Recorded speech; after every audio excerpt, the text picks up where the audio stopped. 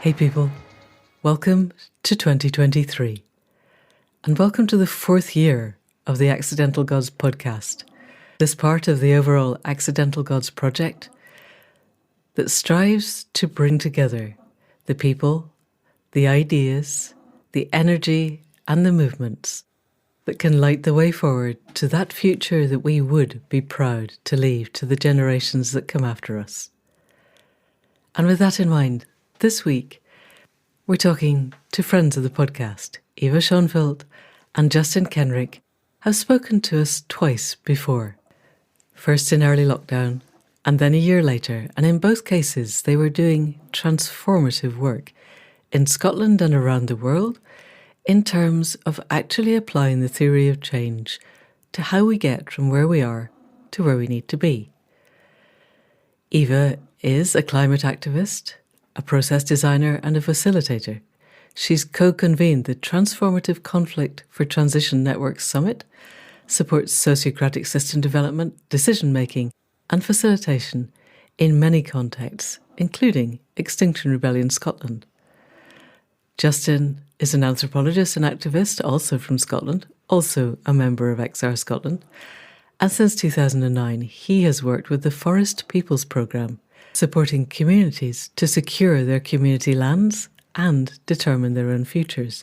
And he's working closely now with groups in East Africa.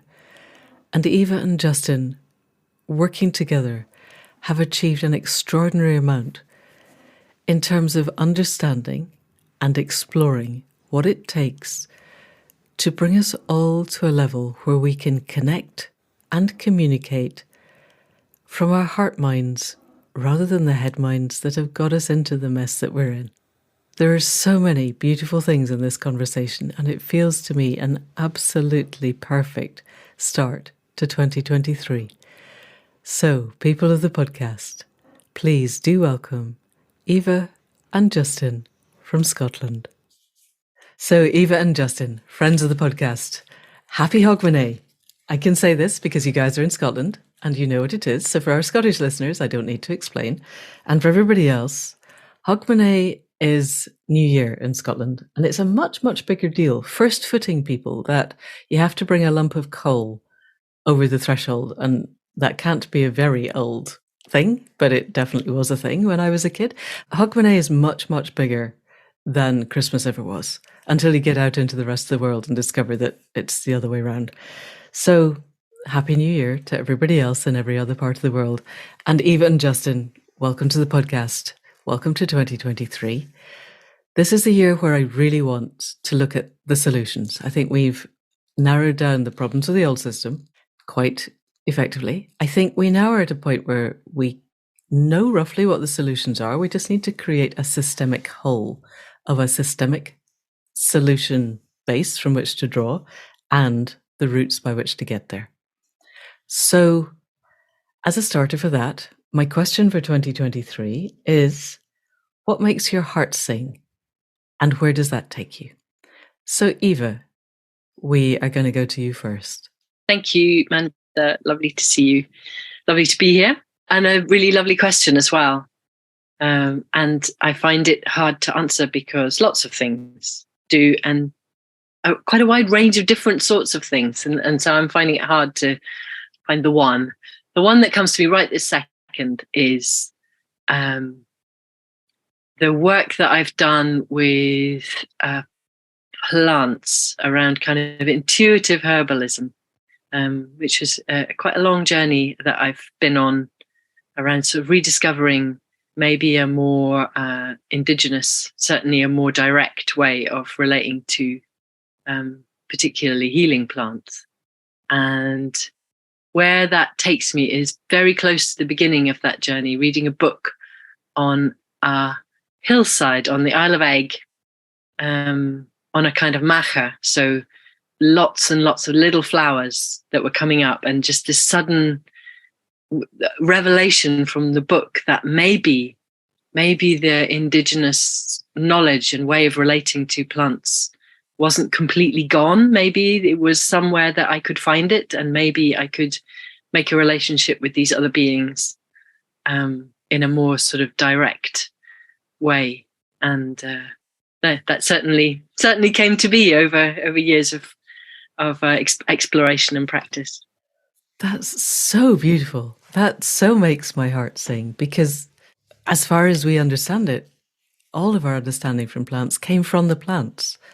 And so it's all still there. I remember doing an ayahuasca ceremony long enough ago that I can talk about it. And anyway, it wasn't in the UK.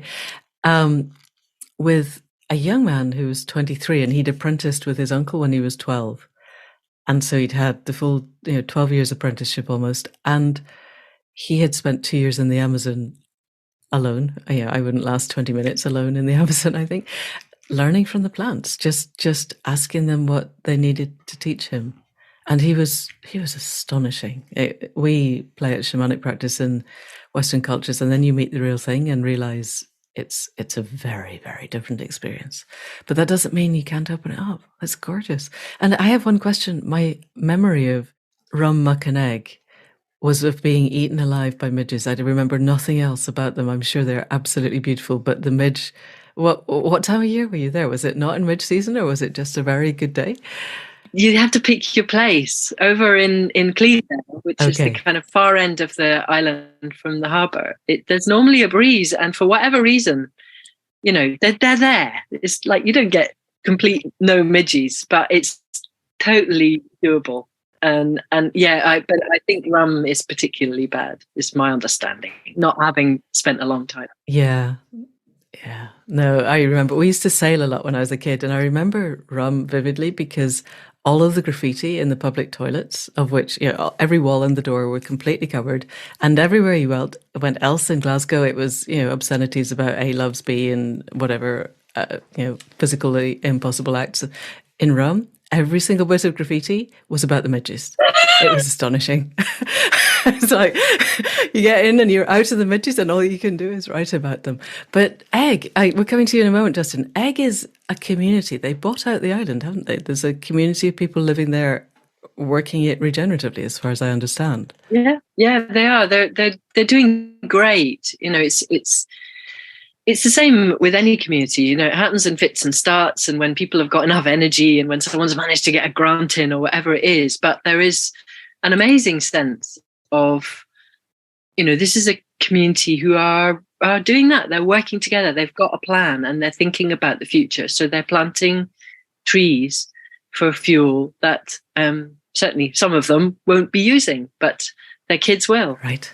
That's the dream, I guess, is that we're looking to the future and laying the ground for a good life for our children and grandchildren, even if that means we don't get that immediately ourselves. But our ancestors did that. They planted whole forests that they were never going to see. They built cathedrals. It's that thinking in long term is something that we've maybe lost, but clearly some people still have. Thank you. That's glorious. And it's so lovely to imagine you really connecting to the plants. So Justin, we are coming to you in a minute, but while I'm thinking about that, how do you connect to the plants? Do you do what I would consider to be shamanic journeys or dreams, sitting with and allowing to come in and then practicing to see what works? How does that manifest for you? Yeah, it's a really good question, and it was a really perplexing one to me sitting there on that hillside. Was like I was trying. I'd kind of been shown that there was this possibility, and actually, I did want to say just really quickly that whole journey with me started with reading about ayahuasca, and at that point, 25 years ago, it was not, as far as I'm aware, available in the UK at all. No. And I desperately wanted to have that experience. So my way in was through indigenous plants here that, we're not psychotropic, but just normal. And my teacher, who's just a great guy called Nathan Hughes, who works in Nailsworth, Stroud, somewhere in that area. Shout out to Nathan. If anyone wants to do this work, he's a really good teacher. And he started talking about doorways. So doorways in, and it's different for different people. So you might use imagery, you might use music, you might use drumming, you might use dreaming, you might use smell. But what it's really got to do with is like sinking into going really deeply inside and really sensitizing yourself to what you're receiving and being willing to receive something. So to begin with, for, the first couple of years, for me, it felt like it was kind of imaginary, but I just decided I was going to trust my imagination. And then over time, it actually became really strong, and almost sometimes physical. So there was no doubt to me that I was suddenly feeling something in my body. So it's a journey, and it doesn't happen instantly. Maybe it does for some people, didn't for me. But it's just so exciting. It's so exciting, and so it takes you places you haven't expected, and the sense of real, true exchange and connection between you and a being of a completely different species is what I consider magic. It's just absolutely magical. Yes, thank you. And I think it may happen immediately for people who've grown in Indigenous cultures where there are no boundaries. But I think for Western people, it does take a couple of years at least of just being prepared to go with what is. And it's one of those things when we're teaching anything in this field, shamanic work or animal communication or anything like that, is to go with and trust the process. And trust the people who tell you that, if you do this 3 or 4 years from now, your world will be different. But in the beginning, you do feel like you're making it up, but that's okay. You made up this thing when you could have made up something completely different. So then test it out and see what works. I love that. Thank you so much. And I read a beautiful Sufi quote that our imaginations are given to us to be able to experience God. Right. And it's like, that's what they're for. It's like we can make things up. We could deliberately make things up. We know when we're doing that. But it's just learning the discernment. Like, no, I didn't just make that up. That was a real feeling. And yes, it kind of is imaginary, but it kind of isn't. And there's a blurry line there that gets less blurry or maybe more. I don't know. Anyway, yeah, great stuff. Yes. And you learn to trust, I think, is you learn to discern the things that feel true from the things that you have made up, because making up is projecting is still a thing, but they become very distinct things quite quickly. This is glorious. I had no idea we were going here. I thought we were going into Scottish politics. Thank you. So Justin, what makes your heart sing and where does it take you? Well, listening to you both does exactly that. And I'm kind of, I'm really moved by that feeling of inherent health, the kind of the well-being that opens up to us and the connections that open up when we listen and pay attention, and how severely we're trained out of that and trained into thinking we're alone and we're isolated, and we project our fantasies onto the world around us rather than we pick up on what's really going on. So even just like listening to you both, it was like, well, here we are in relationship, and that relationship and anybody listening is in relationship with us too. And that's in that kind of we-ness, that between us is where it all happens rather than the kind of isolated being. So yeah, we had a couple of folk from Egg staying last night with us, a couple of the crofters there, and they were talking about the kind of energy system and improvements they're making to it and various disasters, which is what the stories of community always have. It's like, but the disasters are where you learn and where you grow and so on. So it was lovely having them last night. We lived there for about a year on a croft, and I was actually where I went to when you asked that question originally to Eva. I went to being on a cliff edge there, kind of doing a vision quest for a couple of days, and just standing there looking out to Rum actually, and up to Skye, and then out to Barra, and just standing there for 48 hours. And the strongest sense I had, so there was the kind of the clouds and the movement on the sea and the land and the sense of ancestors and community of being, so plants and creatures and all of us but all of us humans being just another creature and just another plant really, and just like all of that going back the way, and just that very strong sense of, we talk about trying to make history, and we don't need to make history. We just need to make community. If you make community, you don't have to make history. Making history is all about trying to recover the space for community. So forget about making history. That's not, it's what you're called to have to do sometimes, but don't think that's what matters. What matters is actually just that living and community and so on. And actually, when you talk about Hogmanay, and I was remembering, because we're going to Iona next week for a week, Eva and I, which is great. And I grew up there when I was little, and I remember going on one Hogmanay, going with Mark, who was the postman then. He and I canoed over to Mull, which is about a mile, but at night with a big sea under a moon, last day of the year. It was obviously foolish, but it was amazing canoeing over with the whiskey, with the coal, to get to Camas and to bring that there. So that was that made my heart sing, that kind of canoeing over big waves at night under a moon. Yeah, so I don't know, I guess, but the other place I went to listening to you both was going back, I was in Kenya a few weeks ago, and at Mount Elgin, and I can talk more about that later, but just remembering Cosmas Marunga, he was talking about there being no boundary. So he's in his 70s, he's a really eloquent speaker. In fact, I could send you a 5-minute video we just made of him and others speaking. It's a really beautiful video from Mount Elgin, which you could maybe add on to this.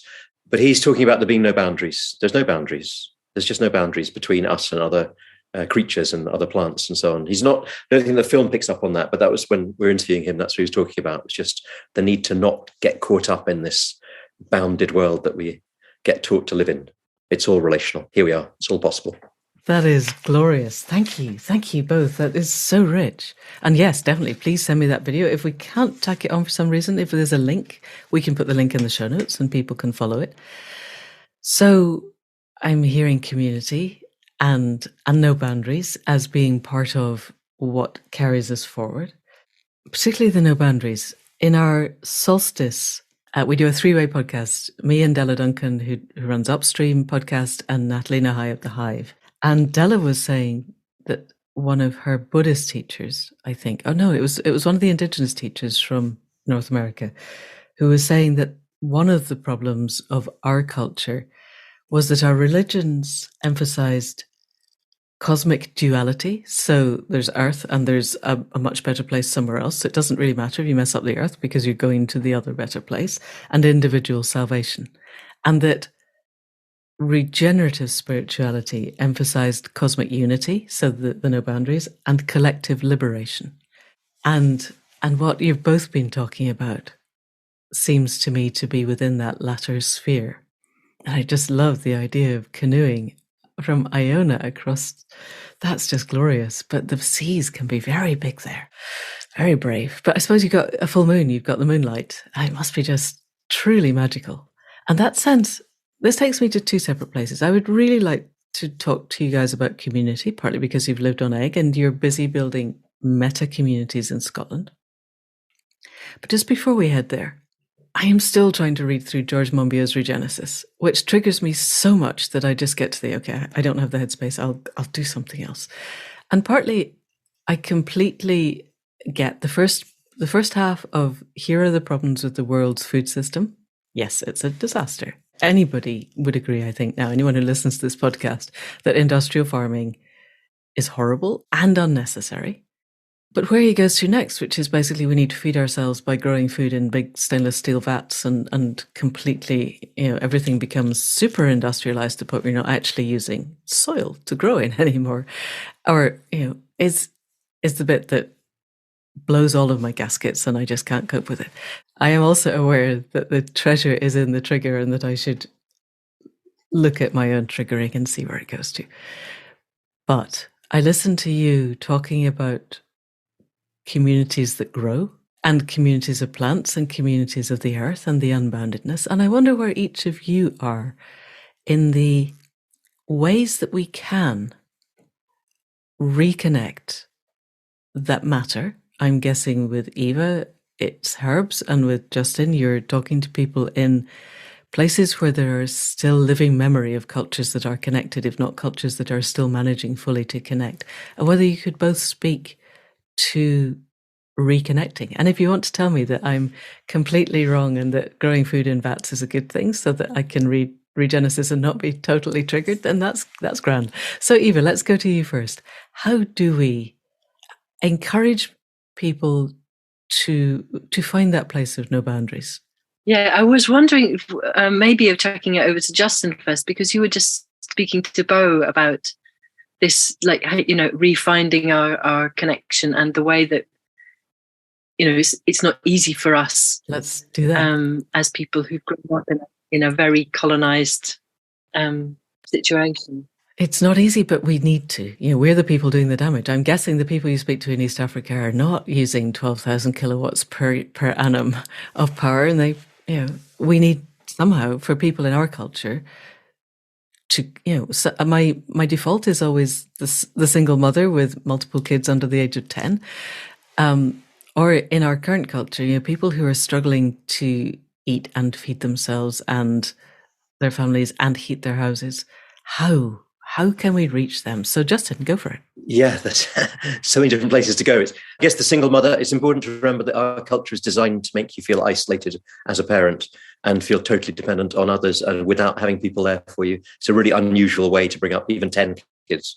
I mean, Cosmos has 32 kids, but normally having kids is having kids in community with people around who actually want to take care of them for you if you don't want to take care of them. So that's a normal human way of being. Kids are wonderful, whereas in our culture they're turned into this kind of weight that you're carrying, however lovingly, and all the rest of it. So there's a real just picking up on that last point.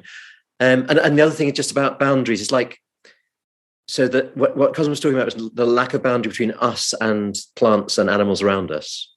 But he wasn't talking about a lack of boundary. And the important thing is, I think for me, is we get taught about kind of utopia and dystopia, whereas what we need is topia, which is, utopia means no place and topia means place. So we don't want utopia, and dystopias and utopias are what we tend to deal in when we're writing books about how we move forward or being on podcasts or whatever else. It's utopias and dystopias. And actually we need the topia, we need the boundaries, but they're living boundaries, they're living relationships. So they're not a sharp boundary of me and you in opposition. They're me and you in relationship and me and you and us in relationship. So topia is really important. Boundaries are really important. So for the Ogiek at Mount Elgin, where I live, there's the areas that they're living in and the areas that ancestors have lived in, and their connectedness through kind of divination and through the bees and through the plants and the cattle and the elephants and so on. There's all that connectedness. They've got a very strong sense of where one clan is. Each clan has a river. They're named after the rivers, and the rivers, that water source coming down the mountains from the volcano, the extinct volcano, is the kind of like, that's what binds them together and keeps them apart at the same time. And that sense of what connects us being what also keeps us separate is, I think, kind of quite crucial in there. And I've not read George's Regenesis, but I guess the key thing for me is paradox. And I think we're well trained into working out problems and then finding solutions. And that doesn't really work. So we kind of jump from one thing to the other. And it's like staying a while in the midpoint between those, so that you do see the disaster of our industrial food system, but you don't make that the starting point, and then you create a whole other industrial food system. You start from actually moving that out the way, opening up and going, okay, where's the bit of land that we can grow food on? Who needs to be nourished? What's the land being wasted for now? Who needs care, and how do you grow community as you grow food? So there's a very different way of coming at the solution, which doesn't start from the problem. It starts from, what gives life rather than what is destroying us. And I guess I have that sense also, coming back to the 1.5, there's a need to see that the way that we're doing things is totally unnecessary. It's not just wrong and destructive and all the rest of it. It's not necessary. So within the frame of the world as we've got it, you've got to produce this vast amount of electricity. You don't need this vast amount of electricity. You need to have land back in people's hands. And Scotland's an example of where land's all taken into the hands of very, very few. But in the UK as a whole, you have a very colonial system still operating with the aristocracy and the rest owning everything, and then the rest of us scrabbling around against each other beneath that. So there's just something about recognizing the problem is so severe that if you were to shift that out the way, the solutions mushroom up from the ground. And so there's plenty of land to grow food on. There's no need for that vast amount of electricity or power. So you can come down a cliff edge from the kind of emissions we've got to the kind of emissions that we can afford. This is where I would disagree with lots of people that I think are doing wonderful work, and I'm on various WhatsApp channels that you're on, Manda, too, where there's a lot of and telling the truth about the climate emergency is absolutely with that totally, but that's different to telling the truth about what we can do and how we can be. We can't solve it at all within the system. We can drop off a cliff edge if we choose to live differently, and we therefore can stay within and reverse. So just either believing the system as it is will save us, which is obviously insane, or believing there's no alternative to the system is another form of insanity. So I don't know whether, Eva, that answers any of that. That was where I was going to, listening to Manda when you passed the ball on to me. But if I can pass it back to you in terms of responding to Manda's question. Yes, I've got a traffic jam of thoughts. To remind me of the question. How can we connect? But it's about connection, wasn't it? And connecting people who are not connected yet. But you can take it wherever you want to take it, because Justin has begun. He's opened up some really interesting avenues, and if you want to follow some of those, because I think the avenue that really stuck out for me was we tend to think in terms of problems and solutions, that linear, complicated, and actually we have a complex system. And so when Justin said thinking that the old system is going to save us is obvious insanity, but also thinking that it can't is equally, and that there is that space of changing who we are and how we are that can take us off the cliff edge to something different. And perhaps you could speak to that, but if it takes you somewhere else, let's go with where this takes you. Yeah, I think creating that space where we're able to think freely and creatively together is one of the things that we're kind of after with these assembly processes that we're working on. And it's not easy to make that space, because as soon as we come into contact with people who think differently to us, we tend to be triggered. So we either get into a kind of like aggressive, you're wrong, and let me tell you how wrong you are because I know better, or a move away of kind of like, oh, just get me out of here. I don't want to listen to this. And it's unusual to notice that you're, or you could zone out. That would be another good strategy for avoiding that difficult, uncomfortable space of, here's somebody whose life experience and life positions means that they think something really different to me. So the ability to stay with that discomfort and ask questions and be curious is unusual. And most of the spaces that we create to talk with one another are very time bound. That we rarely have meetings for more than 2 hours, and there's rarely any kind of culture building within them that encourage us to notice when we're in reaction and help us think through or provide kind of options of tools for how we could deal with that when we notice it happening. And all of that slowing down, deepening, listening, jumping to curiosity rather than to reaction, that's what we need, and that's what we are trying to find ways of creating in people who haven't said, "Oh, I want to go and have deep conversations with people." They've just said, "There's an assembly happening in my community, and I'm interested in what's happening there." So it's a big challenge, because quite a lot of what I just described is fairly, if not countercultural, then certainly not culturally habitual. And when we start challenging our cultural habits, it can feel uncomfortable. Doing things differently, having a silence when we're used to filling the space with sound. All of these things are difficult for people. And yet I feel that, that we don't have any choice. We just have to. For me, I just have to. I have to go to those places which are uncomfortable for me when I'm a facilitator.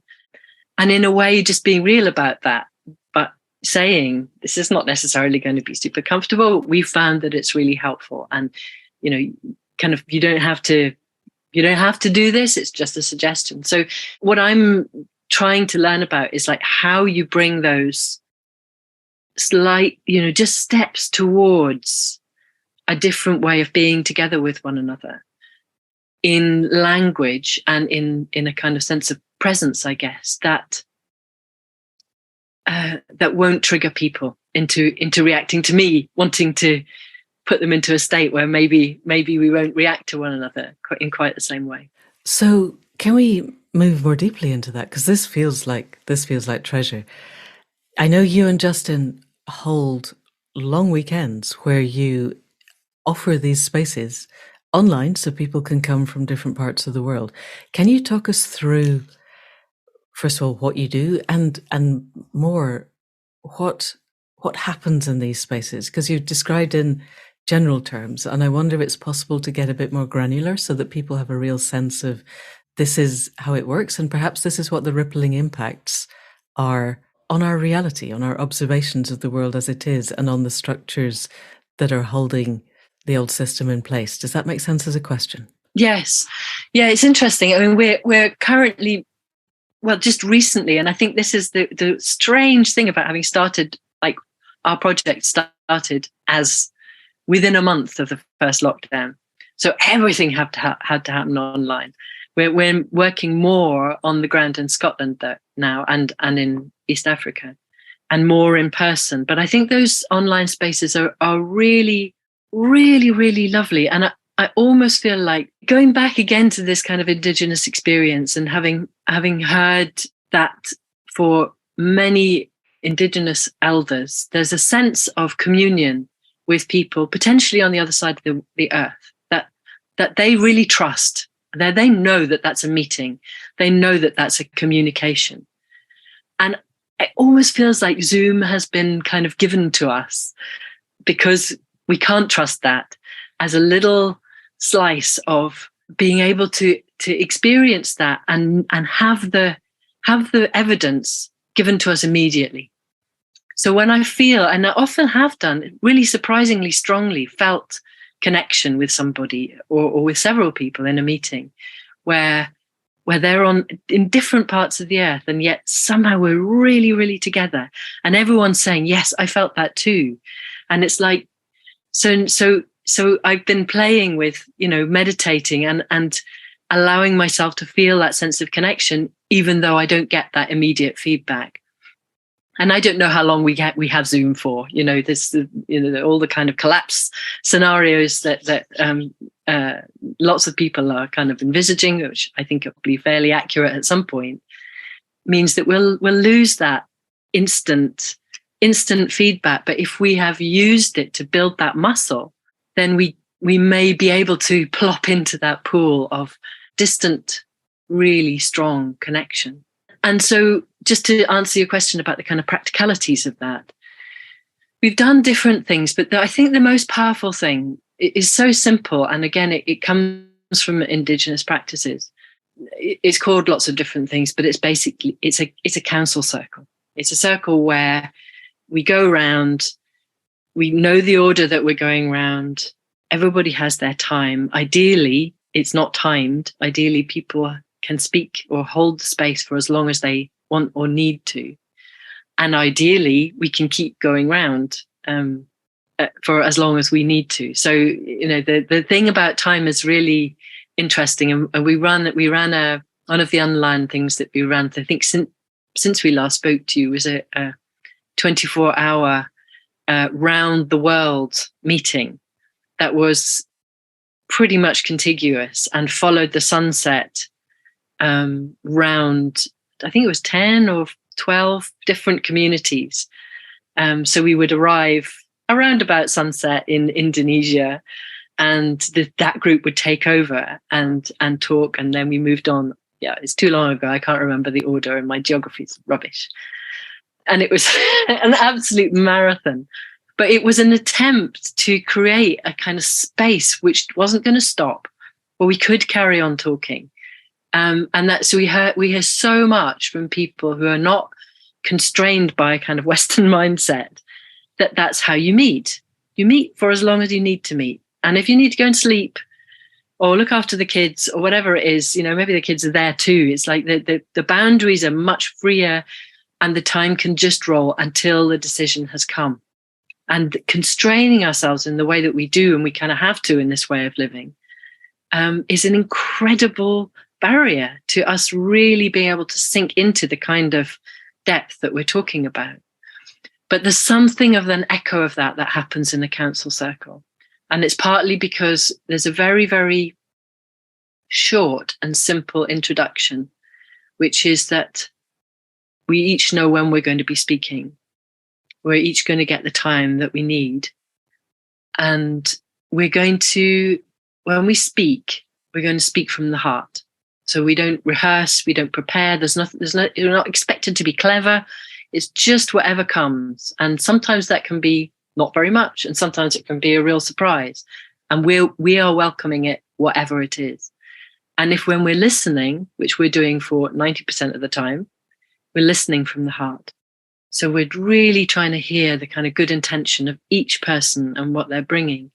And when we're speaking, we know we're being listened to like that. And there's something about just that very, very simple kind of ritual container for us taking turns speaking, that makes it go so deep. Not every single time, but most times. It like starts kind of like the first few people are maybe not quite sure, and then it just seems to like plummet, and people are really sort of speaking their truth, and everybody in the circle is hanging on their words. And then, it's beautiful. It's absolutely beautiful and so simple, and anybody can do it. Another thing that we've developed is a little one-page resource called Deep Decolonization Circles, which we can give you a link to.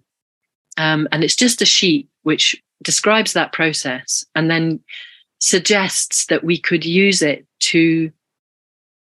we could have circles on topics. And this is something that we've practiced several times. So we'd have a circle on education. We have a circle on death. We have a circle on food. And in each time, we're looking at both how my experience of that has been colonized. In my experience, how do I see that as being colonized? And that can be really different for different people. And then also what might be a step that I could imagine taking that would be towards decolonizing that experience for me.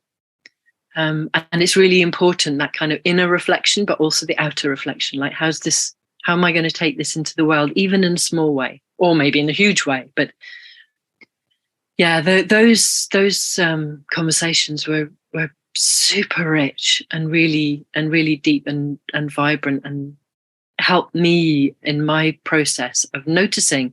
Because what our privilege does to us and our colonization does to us is it just makes massive blind spots where we just think that this is normal, and we don't see how abnormal it is, and so many factors of our life. But it also gives you a sense that actually our human nature, our real selves, aren't that far underneath. And it's not a lost cause. It's not like we can't heal from this. It's not that it's a tiny job and it's, it's something we can throw off in an instant, but it's a journey that's incredibly exciting and joyful, as well as being painful and rough at times, that is towards wholeness and health and joy and connection. And why the hell wouldn't you want to start that journey? Even though bits of it are going to be tough. So yeah, that's where I go to. That's glorious. Justin. Just very briefly, there's one thing there about when you're describing that circle. When somebody drops, then everybody drops. So it doesn't really matter who it is who does that. When somebody drops deeper, so in terms of what they're saying, so we can all speak kind of with uncertainty or with certainty or whatever, ways that aren't particularly helpful. But when you hit the kind of vulnerable flowing spot of being honest and looking inside and looking out at the same time, then people resonate with that. So that's kind of how it works. It kind of waits for somebody to be real, and then everybody else gets real. So there's just the truthing that happens. And there's that thing about inherent health. That's who we are, really. So as soon as somebody breaks the taboos that say this person's important, or this person isn't important, or this person's oppressed, or this person isn't oppressed, when that's broken and you're actually just speaking from the heart in that way, then you drop. And I think the other aspect is that what you were describing there was looking inwards at how colonized we are and how oppressed we are by colonization, whether we're supposedly benefiting or supposedly not benefiting. None of us are benefiting from this. And though there's all sorts of politics that needs to be taken into account, in the real experience, dropping into the place of, shit, my privilege is such a destroyer of myself, let alone others. So there's that second part. So there's that dropping. As soon as somebody does that, they give permission to everybody else. The second bit of acknowledging the harm that's happening to oneself through colonization. And then the third one, which is that tiny step you're talking about, Eva, just like, so what's the tiny step you're taking? Because it's not about big mega plans for industrial this or global that or whatever. It's just, what's your next step? What's the next wise step that you need to take? And that's so that all those three moves are ones that kind of break the boundaries, but make the connection and allow you to resonate and to strengthen and deepen the soil. So you create a really fertile soil and that's really what we're doing. It feels to me is creating the soil from which community and society can nourish and flow, rather than always putting tarmac down, saying, we've got to get to that place over there. It's too desperate. Hurry. We do that as NGOs and movements and so on. We're so pursuing the end game that we miss the fact that we're destroying the place on the way. So it's just paying attention with sensitivity to that. And that's totally magic. And it's really normal. It's just what humans do when we haven't been colonized into a historical trajectory, but we're actually just living in the present in relation to our ancestors. Beautiful. Eva, you wanted to come in. Yeah. I'm guessing that's what might be one of the kind of foundations of your triggering around that kind of grand plan. It is that with George Monbiot kind of leaping to that. So this is what we're going to do, when actually what's needed is a much more fundamental change. It's that I often talk about this iceberg, and then Justin says, nobody knows about the damn iceberg. That it's an analogy that somebody looking at systems change used. And the top of the iceberg is sort of poking out of the water, and that's the stuff you can see. And you can make changes there, and they're good changes to make. But the rest of the iceberg is pretty much unaffected. And right down at the very bottom, or right under the water, are the kind of fundamental values and beliefs, the kind of like those really basic assumptions about who we are. And if you can affect those, the whole iceberg changes. It's something to do with that. Like, if you get really fundamental, then we're not going to. We don't need the big plan. We just need the next small wise step. And that's something that Vanessa Andreotti talks about. Just a real resistance to the big plan, a real insistence that what we need is to be present with one another and connect and take our next small wise step. And that's all. And then we can review and see what's next. And we move along like that. And it's hard, people talk to us about, or we talk to people about our work, and they go, okay, so what's democracy going to look like? And I'm really reluctant to say, because partly because I don't know, and partly because even if I do have fantasies about what it might look like, it's like, that's just me. That's just something I've come up with. What we need to do is get there together. And my big grand vision I think there is a role for inspiring visions. But I think much, much more important is us walking that path together and finding out what actually works for us. Because it may look really different. It's bound to look really different from what any one individual thinks. And I guess that also goes back to that kind of sense that if we get the conditions right collectively, we're much wiser than any one individual of us. If we set the conditions right, it's not about mob rule. It's about going to depth together. And then this kind of wisdom of us can come out. Thank you. There's so much that I would really like to go into on this. However, I'm aware time is moving on. This is very parochial of me, but I am sitting in England watching Scotland, it seems to me, edging towards the potential for independence, and the potential then to be a very different political place than just simply being the rump end of the United Kingdom. And that when I very first met you, as you said, it was just into lockdown, and you were running a series of conversations with the idea of feeding into a People's Assembly, with the idea of feeding into that, from that into a Citizens' Assembly, with the idea of feeding into a constitutional convention. And I completely hear you that we don't know that democracy has to arise out of that process. But at some point, we need to make the shift from the current political system to something that actually works. And I heard Justin also, we spent the whole of last summer, Faith and I, running Throughtopia Masterclass. So the name came from a paper that Rupert Reed had written, where we don't want dystopias. Dystopias, from a writing point of view, are really lazy, because it's really easy to work out how bad stuff could be, and you just basically carry on where we're going, and it looks like a hybrid between The Road and The Handmaid's Tale, and it's not good. And the utopias are pointless, because there's always a jump where something magical happens, and then you're in the good place where everybody thinks like the reader and the writer, and all is harmony and glorious and wonderful, and beauty breaks out across the world. And that's an interesting thought experiment, and it's completely useless in terms of getting us from here to there. And so our Throughotopias are, what are the actual steps? And even if it is, what's the next small step? Having some kind of a light at the end of the tunnel of, and at least we're not heading where we were heading before. Our trajectory is different. What is the light that leads us on? And in the iceberg metaphor, in writing, the iceberg is the reader only ever sees the tiny bit, the 10% above the surface, but the writer needs to know the 90% of the iceberg underneath, or there is nothing to act as the platform. And in writing terms, I know that I have never yet got to the light at the end of the tunnel that was there at the start of the book. But it drew me forward until the branch point came where it was obvious that I wasn't going to the light I had been seeing and was instead going to a different one. So I think there is value in holding up, even however unclear it is, a light of difference. So I'd be interested to know what that is in Scotland, and also whether I am just reading a lot of very hopeful blogs, because I also read Craig Murray, who's deeply unhopeful but still wants independence. So I'm reading a fairly wide range of things of what are the steps, and what if we were to create the best of all possible worlds, if a lot of very regenerative, thoughtful, deeply open and flowing decisions were made now, where do you think Scotland could get to? And I know there's lots of we don't knows, but in an ideal world, what would be the light that we would offer people at the end of the independence tunnel from where we're standing now, and accepting that by the time we get there, the light may have moved? Yeah, no, I love the way you put that about, having a picture where you're going, but being willing to let go of it. That's really, it creates the imaginative space.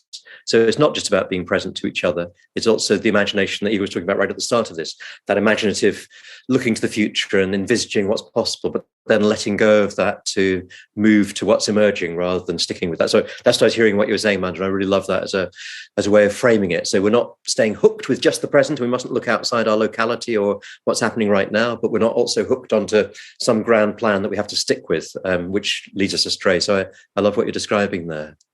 And I guess in terms of the question, well, Eva was talking about process and the need for process to be good between people. And that's really what we're focused on now, is creating assemblies which can have really good process.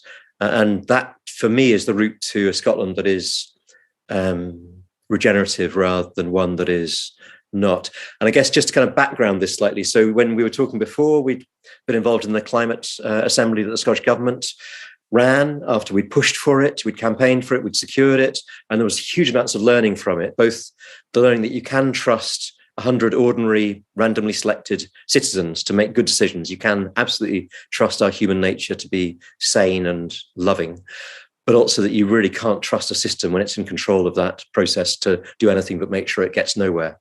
So we learned two fundamentals that I guess we could have known before, but it were kind of they were shown to us and they were really helpful. So we are working towards this notion of assemblies locally in place, and then building towards the kind of people's assembly is the picture. But as you say, who knows what will happen, but that's the picture. And I guess, in terms of, one of our sons recently saying, who lives in London, was saying, people down south think of Scotland as just, well, it's not really anything different until suddenly it wants independence. And then it's like, oh, you shouldn't go away from us. Why are you doing this? Why are you abandoning us? And these are a lot of lovely liberal people in the south who seem to see Scottish independence not as some of us breaking free of a colonial system and helping to demonstrate how we can all collectively move ahead, but seem to kind of want us all to stay in there in a kind of system that is colonial and broken. Even just the voting system's insane down south. It doesn't allow for any change to happen. It's really quite extraordinary. And that the recent report Gordon Brown brought out for the Labour Party, it says nothing really in terms of change. There's nothing about changing to a proportional representation system. There's nothing in it at all. So the great alternative down south, we had Corbyn and quite a lot of radical possibility before, and that might have been a moment when Scotland didn't go for independence, but went for something collectively for all of us, which is fine. But that moment isn't here just now.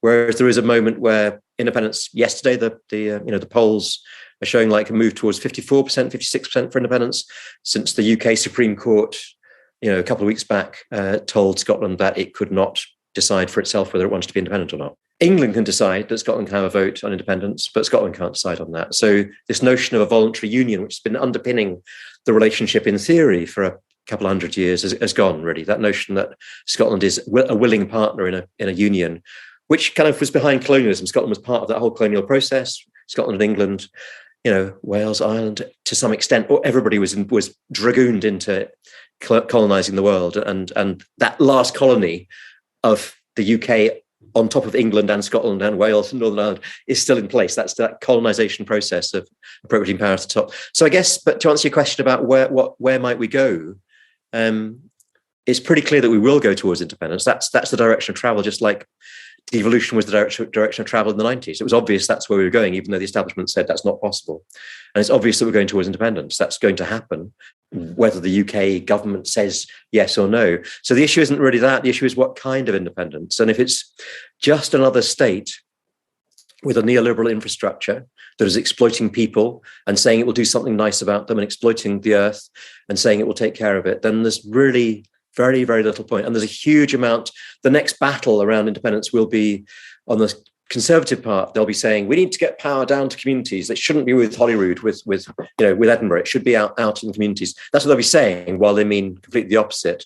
And then you will have people like us and the communities we're working with kind of going, yes, we genuinely need the power to be with communities and not in Holyrood, not in the centre in Scotland, because there's been a big centralising of power in Scotland towards Edinburgh, which has been really unhelpful. And despite the politicians and the civil service and so on, the way the system works here has still got the neoliberal underpinnings. They still completely buy into the whole story that some people need to exploit others in order for any of us to do any good. I mean, just the fundamental story that we're told is bought into by those in power. It's not bought into by Scotland as a whole at all. That the mood in Scotland is very, very social democratic and welcoming of refugees and wanting things to be really sustainable. So the potential here is huge, but there's no potential if we follow the same governance system. So we need something really transformative, which is what we're looking at and working with. And people seem to be really positive to do that, to actually move for an approach which says, okay, we'll take care of ourselves and we'll support others to take care of themselves, rather than we'll have something big up there that will look after us, when it never does. It exploits.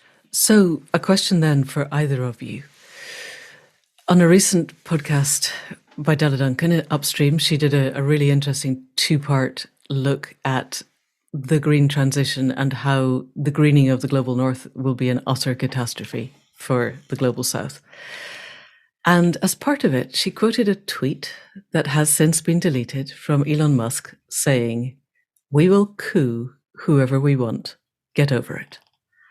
And so now he's using what used to be a noun, the noun, a coup, by either the US state or now just neoliberalism in its business form. He's using that as a verb.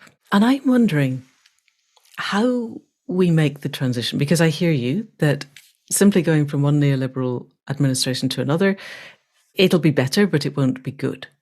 And that what we need then is to allow the social democratic or even democratic socialist concepts of Scotland really to flourish. And I could imagine it being really linked to the Scandinavian countries and to Iceland, and that sense of real community and deliberative by design. Have you a sense of a process by which that could happen? I'm thinking partly because I've just finished one book and the next book is going to have a significant Scottish component because I am and I can. And I'm really curious as to how I would write a non-violent but effective transition from a state where, as soon as business, neoliberalism, predatory capitalism, whatever we call it, sees there's a significant political entity, it makes sure that it owns it. How do we free ourselves of those constraints? Have you any sense of a process by which that could happen in an ideal world? Either of you? Yeah, I guess, just jumping in. So we all need to do this. This isn't just Scotland, obviously. This is the world as a whole. And the way it works is that those with power pretend that they're the majority. And then there's this funny little place called Rojava or Zapatistas or Kenya or Scotland that is trying to do something different. And actually, we are 95%. And then you are a tiny place trying to make a difference and we'll squash you. So the trick is to do it the other way around, is to make it really clear that we are connected. And it is us collectively who insist on a fair world where we're taking care of each other. And there are those few. It's basically what we've been calling possession. It's an insanity. It's just absolutely mad to be living like that. It's really crazy. And but in terms of Scotland, I'm thinking about the global justice movement. It's often talking about the need to put lots of funding from the global north to global south. And that's crazy. This notion of money going south to governments in the global south who are there by virtue of coups or by virtue of being acceptable to the Musks of this world. There's a need for land to be returned to people in Africa and in Asia and in South America. There's a need for resources to be returned. There's a need for all of that to come back. There's not a need for the same extractive forces to happen, the same pushing off the land, and then some money being donated back. So that complete rewriting and upturning of the world in that way, and connectedness between people in different countries doing that. And I guess, so our bit in Scotland, our little bit of that, because we need to do that wherever we are, is to be looking at that. How do we return the land to the people? How do we return decision-making power to the people? How do we do that across Scotland? And then how do we have examples of that, which we can then weave together into a National Assembly that can then propose an approach to this, which does say, we'll take responsibility for our lives. We won't be dependent on this machine of a system, which, I mean, looking at it crudely, it takes the future away and gives a bit of it to us all now. So we do get some goodies from it. We get some iPhones, we get some stuff from it now, and it mortgages our future. And the future is shortening all the time. So it used to be that it would mortgage like 100 years ahead, in colonial periods. We'd be taking all this stuff from the world, but it was further. And as things, I mean, what I found over my life is, when I was a teenager, I could see this whole place collapsing, but nobody around me was seeing it collapsing. But now everybody's seeing it collapsing. So the world's a very different one, and negatively because the whole thing is collapsing, but positively in that we're not a couple of nutcases, which is what I was seeing as a teenager when I was saying this system cannot survive. People were like, well, of course it can. And now people can see it. So we're at that moment of kind of truthing where people, as you were saying at the start of the podcast, want to see solutions, want to see ways forward. And I would say that the clear solutions are around cultural, economic, and political change. And we're looking at political processes that can actually allow people to make decisions. And we're now trying to understand the economics of it. That's something Eva's been really focused on, is how do we create ways of feeding ourselves and warming ourselves specifically in place that can allow us to take back control in that way, take back control to communities. But the third bit is the culture bit. Who are we? And when we realize that we're not these people in our heads trying to control others, but we're relational beings who want to ensure each other's well-being, then that's a very different basis to come from. Thank you. This is feeling so exciting and so full of potential. And I have to say, it makes my heart sing to think that independence is going to happen one way or the other. Though I do have to point out to you who live in Scotland, and I am endeavouring to move, I have one arch-Tory friend who is very high up in the hierarchy. And I asked him probably about a year ago about Scottish independence, and he looked me in the eye and he said, we will put paratroops on the streets of Edinburgh before we will ever let Scotland have independence. And I said, but why? Name deleted. And he said, because we can't let them win. And it's that level of, this is a person in his 70s, but they are still basically on the playing fields of Eton. And they're still in that level of thought. So I'm just letting you know, but I will come north and I will be hurling bricks at tanks if that's what it takes. However, leaving that aside and assuming that we can find a peaceful way forward, if only because the use of force is part of the old paradigm. Eva, Justin landed you in it by saying you've been thinking about the economics, and I think economics is an extremely exciting thing, if only because it's how our current world power structures are aligned, that you have to grow the economy, you have to get people to buy more stuff they don't need in order to keep the people who have power in power. And finding ways to dismantle that would be fantastic. So Eva, how would you go about dismantling that in whatever way you want to address it? Yeah, I've grown up with a fairly high level of innumeracy and very frightened of the whole economics word, even though what my understanding now is that in its very simplest form is how do we meet our needs? And to make it that straightforward is really helpful for me. So one of the things that we have been, the sort of threads that we've been pulling on for a while, and it's a difficult one, and it is, in a way, contrary to everything we just said, a bit of a grand plan, or at least maybe it's the kind of that North Star that we are aiming for that may well change as we go along. And it came up, Justin originally thought about this about a year before lockdown happened, and we didn't talk to anybody about it because it felt so bonkers. It was just like, this is just too much of a kind of harebrained scheme. And then we shut the whole economy down overnight in a bad way, which left loads of people behind. But nonetheless, we showed that it is actually a choice. So this idea we've called plan, pause, reset. So there is a planning phase, there is a pause of the current economy, and then there is a reset which would have conditions attached. And the planning bit is really asking the question, how do we meet our most basic needs, our food, our shelter and warmth, our health? So basically, how could we close our economy down and still keep people fed, warm and healthy? What are the absolute basics that we need? And I'm not seeing anybody, certainly kind of around in Scotland at the moment, and that if you're there, I'm really sorry, we should definitely talk. But we haven't seen anybody asking this question. We need to drop our carbon emissions off a cliff edge. It needs to happen as soon as possible. We used to have these graphs where the kind of descent was a nice, long, leisurely walk. We're not there anymore. We have a cliff edge to navigate down. How are we going to get down that without killing people? I think it's absolutely possible, and we can't do it overnight. So that's why we need the planning phase. How are we going to grow our own food? How are we going to source housing and insulation materials locally? How are we going to get from A to B when we absolutely need to, when we have no other option? But otherwise, how are we going to meet our needs in the local places where we live? And it's a difficult question to ask. And I haven't found many people who are willing to even try to answer it. But I think we need to give even a sketch of what that world could look like so that we can start considering it. Because for us, the big gap, or for me anyway, the big gap in these assembly processes, I have a lot of trust that people in community can think of really, really good things that need to happen in their community that can make them better for the people who live there, and that they're going to be really up for thinking about kind of carbon emissions as they do that.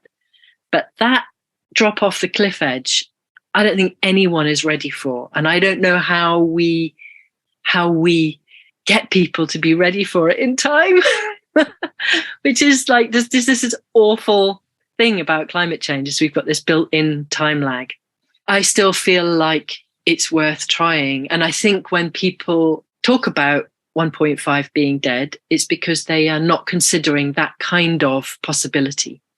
And maybe they're just really sensible to not consider it, because it does feel a bit impossible. But I feel like this moment that we're in is pregnant with change, with waking up, really. And people are doing this in all kinds of different ways. There's political awakenings, there's psychedelic awakenings, there's spiritual awakenings. People are questioning things, and they can see that the system that we're in is destitute and doesn't work and needs to go. And this makes for a lot of kind of ferment and instability. So it can go shooting off into extreme right-wing politics really, really easily, and is doing. But it can also go shooting off into explorations and projects and experiments in wholeness and regeneration and connection. And I think that all of our job in this sphere, in whatever sphere we're living in, is to try and instigate those conversations and instigate those spaces about how can this moment of incredible change end up being a positive one for us as humans, as well as for the other species that we live alongside and we care about. We don't want to take them with us if we're not able to stick around. So it's just a sense that there's a lot of possibility, and whatever it is that we say isn't possible, we really need to re-examine, because maybe it's just not possible in this framework, in this system. And things are going to be changing so fast over the next years and decades. Our job is just to try and make that as positive as we can. That's so glorious. Thank you. And I do want to say, I spent a year at Schumacher 5 years ago now, and our entire question in the regenerative economics module was, how do we create that? We were still hoping for a smooth descent away from neoliberalism to a way of providing for our needs, and our needs not necessarily our wants, that kind of sufficiency and efficiency aim. And Molly Scott Cato, who's was a Green MEP and I think now is a Green MP and an economist, she likened it to what we're trying to do is take the Boeing 747 and transmute it into being a helicopter in mid-flight. 3,000 feet over the Atlantic, and this is really hard. But then lockdown happened, and she said, they just landed the 747. We could do this now. And of course, we didn't then, but we did absolutely prove that it was possible. So it seems to me, and we are going to have to finish soon, but this is just gold dust. It has seemed to me for a while that changing the narrative is where we're at, that letting people know that there are ideas that are possible, and that the only boundary to them happening is us not collectively accepting that they're possible. And while we still have politicians who are still screaming about the need for growth, then at some point we just need to stop listening to them. And that partly it's holding these conversations and holding them more publicly. I was very struck listening to Natalie Nahai's The Hive recently, and she had a conversation with a gentleman who had worked for one of the very big industrial pharmaceutical companies.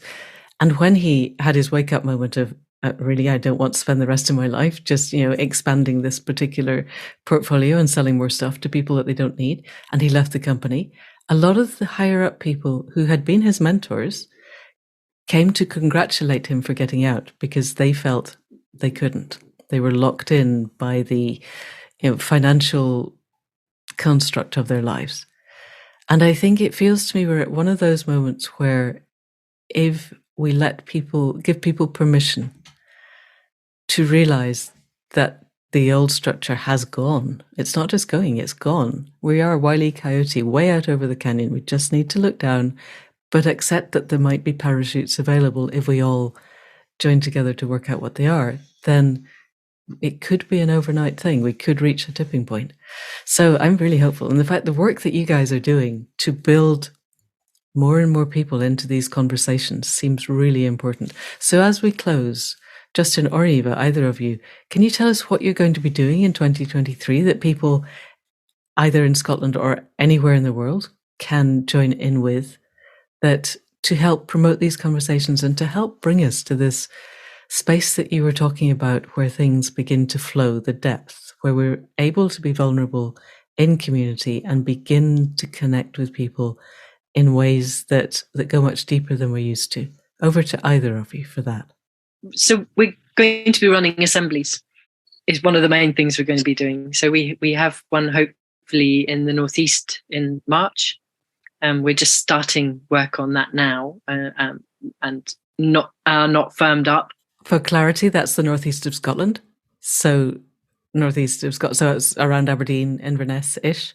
Yes, I don't want to move specifically because plans are very, very early, and we're not wanting to make assumptions on behalf of the community that we're working in. Perfect, beautiful, thank you. So these will be in-person assemblies. Yeah, living live in the room, everybody breathing the same airspace. Yeah, all being well. Okay, exactly. With maybe also satellite events or processes so that people don't have to come to that room if they don't want to. So finding different ways of including people in that conversation. So the big group feels important, but it can't be the only way that people can engage. So, and we're hoping to run a few of those over the next year in different places. We've also just developed a training. We ran the first one just 2 or 3 weeks ago. It was great. It was really exciting. We're going to change it loads and improve it as we go along. But it felt like, wow, this is a real offering to help people get this stuff moving where they are. And that was online? That was in person. That was in person as well. Okay, perfect. Everybody needs to move to Scotland. That's fine. Well, we will. I mean, what we'll do is that was a 2-day, which we wanted to be a 3-day, and it needs to be a 3-day. That's really intensive. And we're going to develop versions that can be online and that might go over a few different evenings or weekends or something so that it is a bit more fittable into people's lives. And that, it feels exciting to have that offering and joined together with the stuff that Trust the People do in England. I think it is we need to be skilling ourselves up for creating these kinds of spaces and processes. And Justin and I have got these 2 writing weeks before and after Christmas, and really hoping we might just sort of rest the whole time, but I'm hoping that we'll get some writing out as well so that we can share a bit more of this thinking in different ways. And if you do writing weeks and you share it, can you give us links to where people could look for the result? Because by the time this is out, you might have written us something.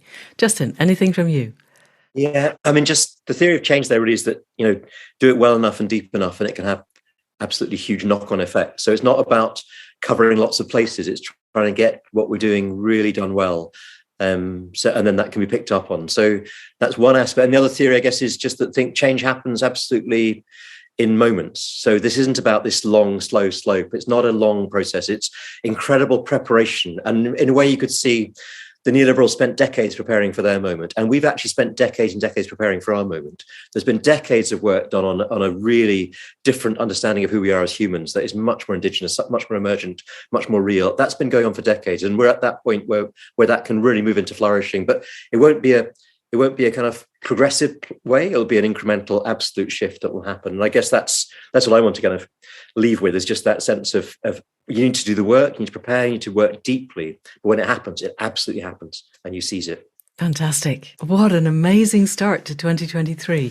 I really want to probably book it now, that we have another conversation towards the end of the year and see where it's got to, because maybe the independence referendum will happen in October. That would be amazing. So thank you both. This has been such an enriching and rich and glorious and inspiring conversation. And we will absolutely put links in the show notes to everything that people can connect with you. And if we all need to move to Scotland, then that's a fine thing, because it's a big land and there's not too many people and there's plenty of room for growing our own food, and it's going to be great. Okay, thank you both very much indeed. I am in deep envy of the fact that you have 2 writing weeks, but I look forward to the results and to talking again. And thank you for being our start at 2023 on the Accidental Gods podcast. And that's it for this week. What a start to 2023. Huge thanks to Eva and Justin for all that they are and all that they're doing. Scotland does feel a very vibrant and wonderful place, full of potential at the moment. And I hope and believe a guiding light for the rest of the world as to what is possible when people come together, guided by people of such intelligence and deep connected wisdom. And as is clear from the conversation we've had, it's possible for all of us to get there. We just need to put in a bit of work, a bit of self-examination, a willingness to lean into our own triggers and see the depths of them, and to explore the ways that we can all come together beyond the limitations of our paradigm. And that old paradigm is crumbling. I genuinely believe that 2023 is going to be the time when pretty much everyone realizes that the old ways of being aren't going to work anymore, and that we have the potential, if we all work together, if we work in communities of place and of purpose that work, to create a new way of being that is so much more than what we have now, that fulfills the needs that we're currently filling by dopamine hits on social media and the transient dopamine hits of buying stuff. We could do better. We can find the serotonin mesh of community and bring everything that is human and the best that is human to bear on being the best that we can be. So let's take that forward into 2023. I look forward to sharing this journey with you, in the context of which we will be back next week with another conversation. And in the meantime, as we move into our 4th year together, huge thanks to Caro C for the extraordinary work that she puts into the sound production of this podcast, and for the music that she created that opens and closes our conversations. Huge thanks to Faith for the similarly large amount of work that she puts into the website, and for carrying on the conversations that we have of theory of change and of what we can do to help. Thanks to Anne Thomas for tidying up the transcripts every week, and, as ever, enormous thanks to all of you for listening. If you know of anybody else who wants to be at the leading edge of being the best that we can be and bringing that into the world as we strive to create the new paradigm, then please do send them this link. And that's it for now. See you next week. Thank you, and goodbye.